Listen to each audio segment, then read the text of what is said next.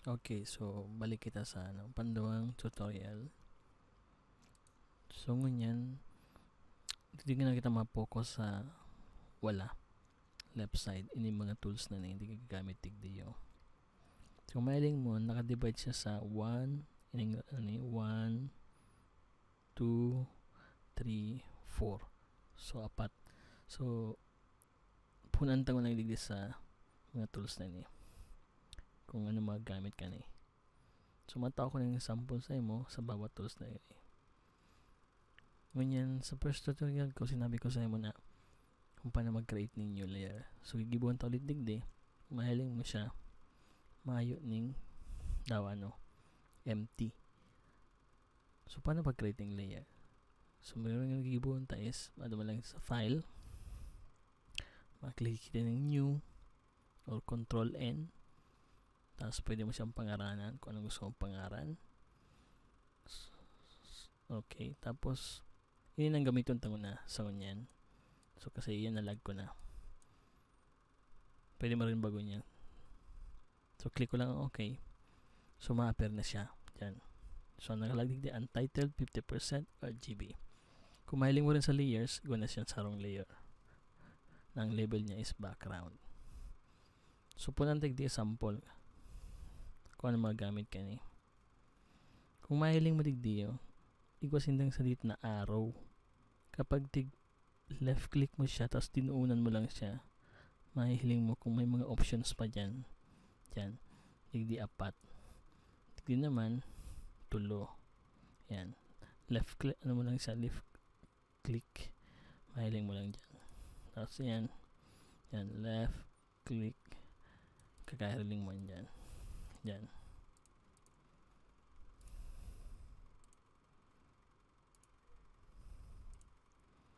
So, yan.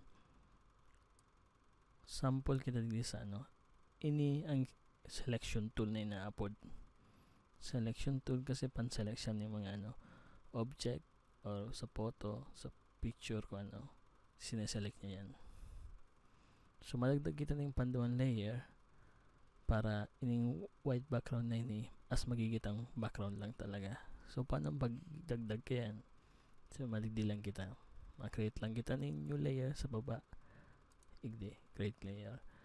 Or, igdi pwede din. Layer, tapos, new, tapos layer. Shift, Control, N. Yan ang shortcut. Okay. So, ganyan. Select ko ini. Pili yung kang rectangular marquee tool. Then, maligdi ako sa canvas. Left click, hold, drag. Yan. So, square siya. Mahiling mo siya, may garo mo yung mga tanga nagdadalagan. Which is, yan ang symbol kang selection tool. So, gusto kong lagan ng kulay ini. So, maigdi lang ako sa bucket tool. Yan, paint bucket tool. So, gamiton kang color na foreground black. Itutok ko lang yan, mahiling mo siya, nagaro may siya dyan, bucket tool. Left mouse lang. Tapos, okay na siya. Then, paano mo siya matatanggal? Ining mga mga nagdadalaga ng tanga na ini. Maligdi ka lang sa file menu. Hanapon mo ang select and then deselect or shortcut key Control D. So, mayot na siya. Okay. So, yan ang sa purpose kang marquee tool. So, gagamitin ko yung elliptical. Same procedure din. So, select mo ulit yung layer digdi. Then, click and drag ko yan. Oval shape naman siya. Same procedure. Bucket tool. Nan gusto mong baguhon, click mo lang siya.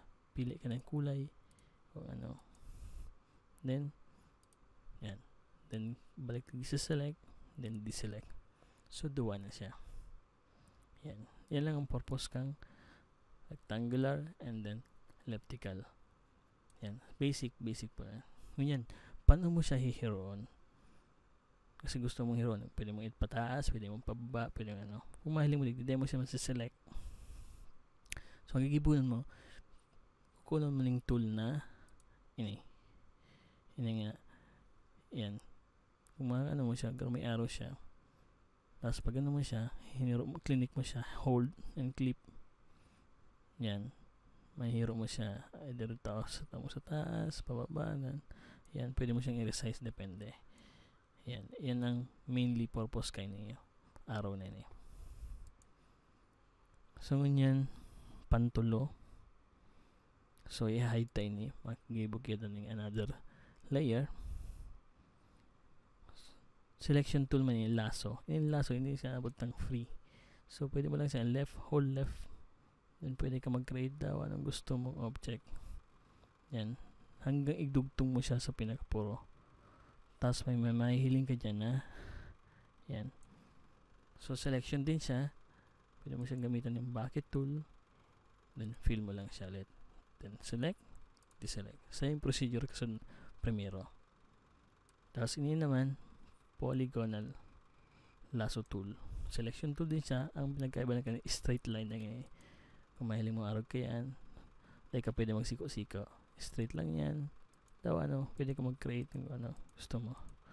Idudugtong mo din siya. Pag may nahiling kang garo dyan sa dit na 0, means yan ang dugtungan. So pwede mo na siyang i-select ulit, then add bucket tool, pili ulit ng kulay, blue, fill the band, then select, and then deselect ulit. So yan lang yan. Last one, magnetic. Ano yung magnetic lasso tool? Karo siya magnet. As the word magnet, kiklik mo lang siya, digdi. Tapos dahil mo na siya, hayaan mo lang ang mouse.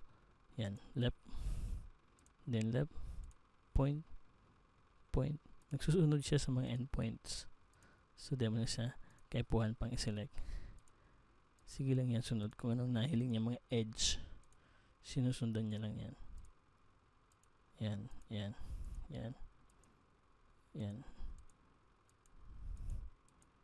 Garo lang yan magnet. Nagdudukot siya sa mga edges kang object. Hanggang sa matapos mo siya, magiging selection tool ulit siya. Yan. So pwede mo siyang i-drag. Tapos apply ka ng bucket tool kung anong gustong kulay. Yellow. Then fill. Then select and deselect ulit. So yan ang purpose kang mga tool na ini in tulo. So digdi naman kita sa pang tulo.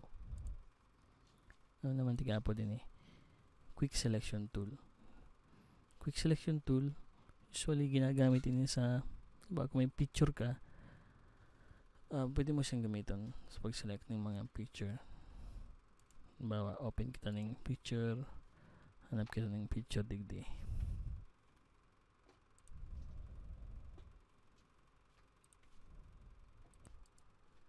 So, mahanap kita ng picture. Diba, open ako ng photo. Sa desktop, ano pang gusto mong picture dyan? Bawa ini. Kapag nag-open ka ng picture, ma-open siya na arag ka yan. So, sa picture, pag i-edit kang picture, mas dakulang resolution, mas maray. Kasi mas madaling i-edit at talagang mas klarado. So, gibon tayo, duplicate ko lang siya.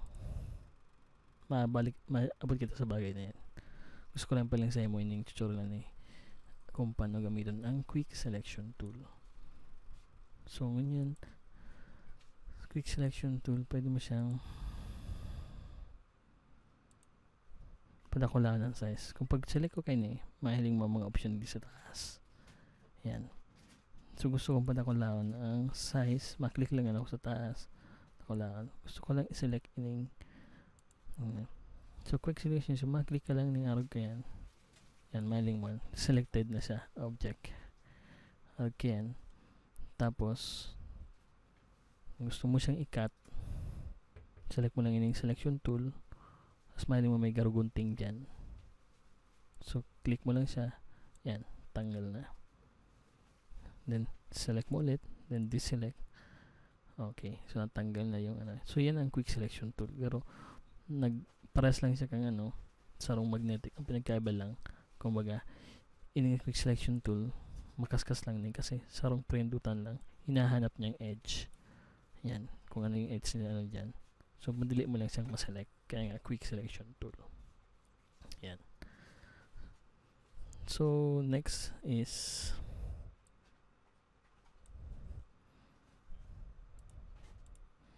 digdi naman sa crop tool. Okay, usually lang ginagamit ko lang dito is crop tool. May iba. Crop means crop. Kinakrop mo lang siya. So, ayan.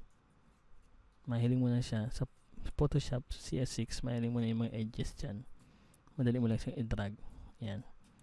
Tapos, kung i-confirm mo lang siya, pwede mo siyang hit enter or move tool. Ayan. Crop, don't crop, or cancel. Crop. So, crop na siya. So, yun lang ang purpose kang crop tool. Ngunyan, last, eyedropper tool. Papailin ko lang sa yung eyedropper tool kasi yung mga nakasurod na sa ibang na yan, option na yan, sa mga 3D model na yan, which is, dito naman masyadong kipuan pa. So, eyedropper tool lang kipuan ko. So, ano ba, nag-open ako ng sorong picture, yan, mailing mo. Pag eyedropper tool, pipili na yung ang color dyan. Pag mahiling mo siya, pag clinic mo siya, magbastan mo ining foreground color, nagbabago ang kulay, ining bagay na Pag clinic ko siya digdi, iba naman siya. So, pinipick up niya yung mga colors na specific na kinukuha kang color picker. Kaya nga inapod siya ang color picker. Yan. So, makikamaling mo dyan, black, magiging black siya. Pag digdi naman, yan, the nearest color na kinukuha niya. Yan ang purpose kang color picker.